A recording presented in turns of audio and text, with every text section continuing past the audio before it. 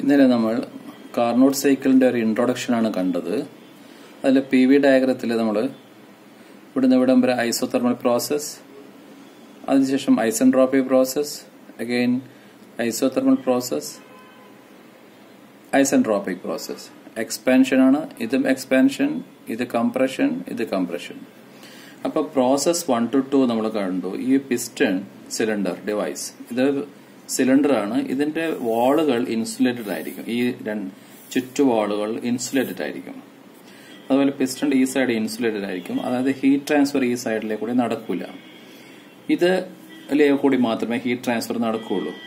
അപ്പൊ ഇവിടെ നമുക്ക് ഹീറ്റ് ഈ സിലിണ്ടറിന്റെ അകത്തുള്ള എയറിലേക്ക് ഹീറ്റ് ട്രാൻസ്ഫർ ചെയ്യാൻ ഒരു ഹോട്ട് ബോഡി കൊണ്ടുവച്ചിട്ട് പറ്റും. അതേപോലെ ഈ എയറിലുള്ള ഹീറ്റ് പുറത്തേക്ക് റിമൂവ് ചെയ്യാൻ ഇവിടെ ഒരു കോൾഡ് ബോഡി, ഈ ഹോട്ട് ബോഡി മാറ്റിയിട്ട് ഇവിടെ ഒരു കോൾഡ് ബോഡി വെച്ചിട്ട് പറ്റും. പിന്നെ ഈ രണ്ട് ഹോട്ട് ബോഡിയും കോൾഡ് ബോഡിയും അല്ലാതെ ഒരു ഇൻസുലേറ്റിംഗ് ക്യാപ്പ് ഉണ്ട്. ഇത് ഇൻസുലേറ്റിംഗ് ക്യാപ്പാണ്. ഇത് നമ്മൾ ഈ സിലിണ്ടറിന്റെ ഇവിടെ പ്ലേസ് ചെയ്താൽ ഇത് ഇൻസുലേറ്റഡ് ആയി. അതായത് ഹീറ്റ് ഇവിടുന്ന് പുറത്തേക്ക് പോവുകയോ ഹീറ്റ് പുറത്തുനിന്ന് അകത്തേക്ക് വരികയോ ഇല്ല. അതാണ് ഈ ഒരു കാർനോട്ട് എഞ്ചിന്റെ പ്രത്യേകത. നമ്മൾ ഹീറ്റ് ഇന്നലെ കണ്ടു. ഹീറ്റ് അകത്തേക്ക് പോകാൻ വേണ്ടി ഇവിടെ ഒരു ഹോട്ട് ബോഡി വെച്ചു. അതിനുശേഷം ഈ ഹോട്ട് ബോഡിയിൽ നിന്ന് എയറിലേക്ക് ഹീറ്റ് ട്രാൻസ്ഫർ നടക്കുമ്പോൾ ഹീറ്റ് ആഡഡ് നമ്മൾ കണ്ടു. ആ എത്ര എമൗണ്ട് ഹീറ്റ് ആഡ് ചെയ്തോ അത് വർക്ക് ഡൺ ആയിട്ട് ട്രാൻസ്ഫർ ആവും, പിസ്റ്റൺ ഇങ്ങോട്ട് സ്ലൈഡ് ആവും, എക്സ്പാൻഷൻ നടക്കും. Process 1 to 2, isothermal expansion 1 to 2, isothermal expansion, temperature T1 = T2. ഈ സമയത്ത് നമുക്ക് പുറത്തേക്ക് കിട്ടിയ വർക്ക്, അതായത് പിസ്റ്റൺ സ്ലൈഡ് ചെയ്ത് ഇങ്ങോട്ട് വരുന്നുണ്ട്, ഈ സമയത്ത് നമുക്ക് കിട്ടിയ വർക്ക് എന്ന് പറയുന്നത് ഐസോതെർമൽ പ്രോസസ്സിലെ വർക്ക് ഡൺ എന്ന് പറയുന്നത് is equal to heat added 2.3 mR T1 log R. ഇതാണ് ഹീറ്റ് ആഡഡ്. അടുത്ത് നമ്മൾ പ്രോസസ് നടക്കാൻ പോകുന്നത് 2 to 3, പ്രോസസ് 2 to 3 ആണ് ഐസെൻട്രോപിക് എക്സ്പാൻഷൻ. ഈ ഐസോതെർമൽ എക്സ്പാൻഷൻ നടന്നത് എങ്ങനെയാണ്? ഹോട്ട് ബോഡി ഇവിടെ വെച്ചിട്ട് ഹീറ്റ് എയറിലേക്ക് ട്രാൻസ്ഫർ ചെയ്തു. വർക്കിംഗ് മീഡിയം എയർ ആണല്ലോ, എയറിലേക്ക് ഹീറ്റ് ട്രാൻസ്ഫർ ചെയ്തു.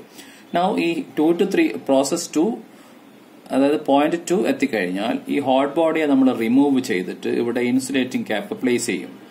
അപ്പോൾ ഇൻസുലേറ്റിംഗ് ക്യാപ്പ് പ്ലേസ് ചെയ്യുമ്പോൾ ഇതൊരു അഡിയാബാറ്റിക്കലി ഇൻസുലേറ്റഡ് ആയി മാറി. ഇത് കംപ്ലീറ്റ് ഇൻസുലേറ്റഡ് ആയി മാറി, ഇതൊക്കെ ഇൻസുലേറ്റഡ് ആയി. ഈ എയർ അതിന്റെ ഇന്റേണൽ എനർജി കൊണ്ട് എക്സ്പാൻഷൻ കണ്ടിന്യൂ ചെയ്യും. ഇവിടുന്ന് ഇവിടം വരെ എക്സ്പാൻഡ് ചെയ്തു. 2 to 3 വീണ്ടും എക്സ്പാൻഷൻ കണ്ടിന്യൂ ചെയ്യും. അതായത് ഹീറ്റ് ട്രാൻസ്ഫർ നടക്കാതെ ഈ എക്സ്പാൻഷൻ നടക്കും. ഫർദർ പിസ്റ്റൺ നമ്മുടെ റൈറ്റ് സൈഡിലേക്ക് മൂവ് ചെയ്ത് നമുക്ക് വർക്ക് കിട്ടും. ആ 2 to 3 എന്ന് പറയുന്ന പ്രോസസ്സാണ് ഐസെൻട്രോപിക് എക്സ്പാൻഷൻ.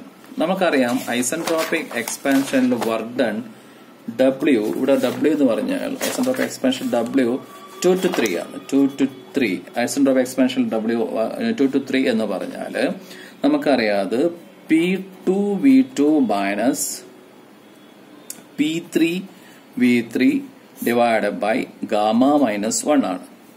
അതായത് ഇവിടെയുള്ള പ്രഷർ P2, ഇവിടെയുള്ള വോളിയം, മൈനസ് എക്സ്പാൻഷന് ശേഷമുള്ള പ്രഷർ P3, എക്സ്പാൻഷന് ശേഷമുള്ള volume P3V3 divide by gamma minus 1, which is equal to mR T2 minus T3 divide by gamma minus 1 എന്ന് നമുക്കറിയാം.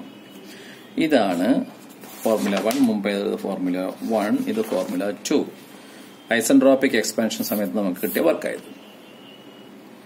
ഫർദർ പ്രോസസ് 3 to 4, 3 പോയിന്റിൽ എത്തിക്കഴിഞ്ഞാൽ 3 to 4, അതായത് ഐസോതെർമൽ കംപ്രഷൻ ആണ്. ഐസോതെർമൽ കംപ്രഷൻ എങ്ങനെയാണ് നടക്കുക? നമ്മൾ വീണ്ടും ഈ ഇവിടെ ഉണ്ടായിരുന്ന ഇൻസുലേറ്റിംഗ് ക്യാപ്പ് മാറ്റുന്നു, ഇവിടെ ഒരു കോൾഡ് ബോഡി വെക്കുന്നു. അതായത് ഇതാണ് പിസ്റ്റൺ എങ്കിൽ പിസ്റ്റൺ സിലിണ്ടർ, ഇത് പിസ്റ്റൺ സിലിണ്ടർ, ഇത് പിസ്റ്റൺ. ഇവിടെ നമ്മൾ കോൾഡ് ബോഡി കൊണ്ടുവെക്കും, cold body at low temperature. അപ്പൊ ഇതിന്റെ അകത്തുള്ള എയറിന്റെ വർക്കിംഗ് മീഡിയത്തിൽ ഹീറ്റ് ഇതിലേക്ക് പോകും. അപ്പൊ ഹീറ്റ് റിജക്ട് ചെയ്യാന്ന് പറയും. ആ എമൗണ്ട് ഓഫ് ഹീറ്റ് റിജക്ട് ചെയ്തതിനുള്ള Q2 എന്ന് പറയും. ആ Q2 ഹീറ്റ് റിജക്ട് ചെയ്യുമ്പോൾ പിസ്റ്റൺ ലെഫ്റ്റ് സൈഡിലേക്ക് മൂവ് ചെയ്യും, എയർ കംപ്രസ് ആവും, ഐസോതെർമലി കംപ്രസ് ആവും. ഓക്കെ, 3 to 4, അതായത് 3 to 4 temperature T3 is equal to T4. Isothermal process ആണ്. ഐസോതെർമൽ പ്രോസസ്സിൽ നടക്കുന്ന വർക്ക് ഡൺ നമുക്കറിയാം 2.3 MR ടെമ്പറേച്ചർ T3 ആണ്. T3 is equal to T4, T3 or T4 for log R. This is the work done we got in the isothermal work done 3 to 4. Okay, this is the formula. We can say 3. So first formula, heat add ചെയ്തത് 2.3 MR T1 log R. Second, isentropic expansion കിട്ടിയ work MR T2 minus T3 divided by gamma minus 1. Second formula. Third, heat reject ചെയ്തത് equal to whatever the work we are giving. Heat 2.3 MR T3 log R. Compress ചെയ്യാൻ വേണ്ടി നമ്മൾ work അങ്ങോട്ട് കൊടുക്കുക ചെയ്തത്. So heat പുറത്തേക്ക് വരുമ്പോൾ compress ചെയ്യാൻ, ഹീറ്റ് പുറത്തേക്ക് റിജക്ട് ചെയ്തുകൊണ്ട് കംപ്രസ് ചെയ്യിക്കുക ചെയ്യുന്നത്. അപ്പോൾ എയർ കംപ്രസ് ചെയ്യാൻ വേണ്ടി നമ്മൾ അങ്ങോട്ട് വർക്ക് കൊടുക്കുന്നു എന്നുള്ള heat added which is equal to isothermal work done. Further ഈ പോയിന്റ് നമ്മളെത്തി, 4 ഉള്ളത്. ഇപ്പം പിസ്റ്റൺ കംപ്രസ് ചെയ്ത ഒരു പോയിന്റിലെത്തി. ഫർദർ കംപ്രഷൻ 1ലേക്ക് നമ്മൾ എന്ത് ചെയ്യും, ഈ കോൾഡ് ബോഡിയെ മാറ്റിയിട്ട് ഇൻസുലേറ്റിംഗ് ക്യാപ്പ് വീണ്ടും അവിടെ പ്ലേസ് ചെയ്യും. നമ്മൾ ഈ കോൾഡ് ബോഡിയെ റിമൂവ് ചെയ്തു. We will place A insulating cap. Insulating cap അവിടെ കൊണ്ടുവെക്കും,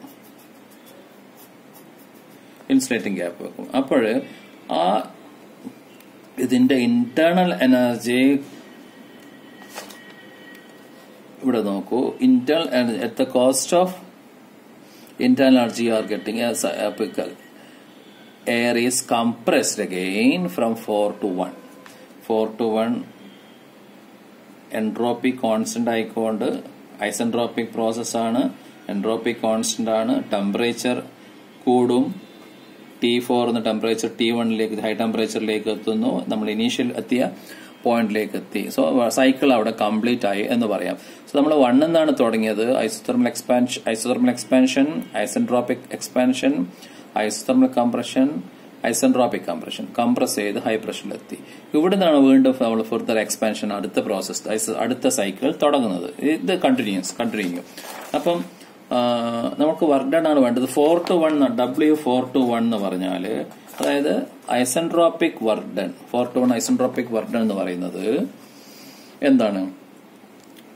P1 V1 minus P4 V4 divided by gamma minus 1. Gamma minus 1 ആണ്, which is equal to MR T1 minus T4 divided by gamma minus 1. Okay, T1 എന്ന് പറഞ്ഞാല് is equal to T2. ഇവിടെ T1 is equal to T2. So we can write it MR T1 is equal to T2. T2 minus T4 is equal to, നമുക്കറിയാം T4 is equal to T3. So we can write T3 divided by gamma minus 1. This is a formula 4. See, ഈ formula 2 MR T2 minus T3 divided by gamma minus 1.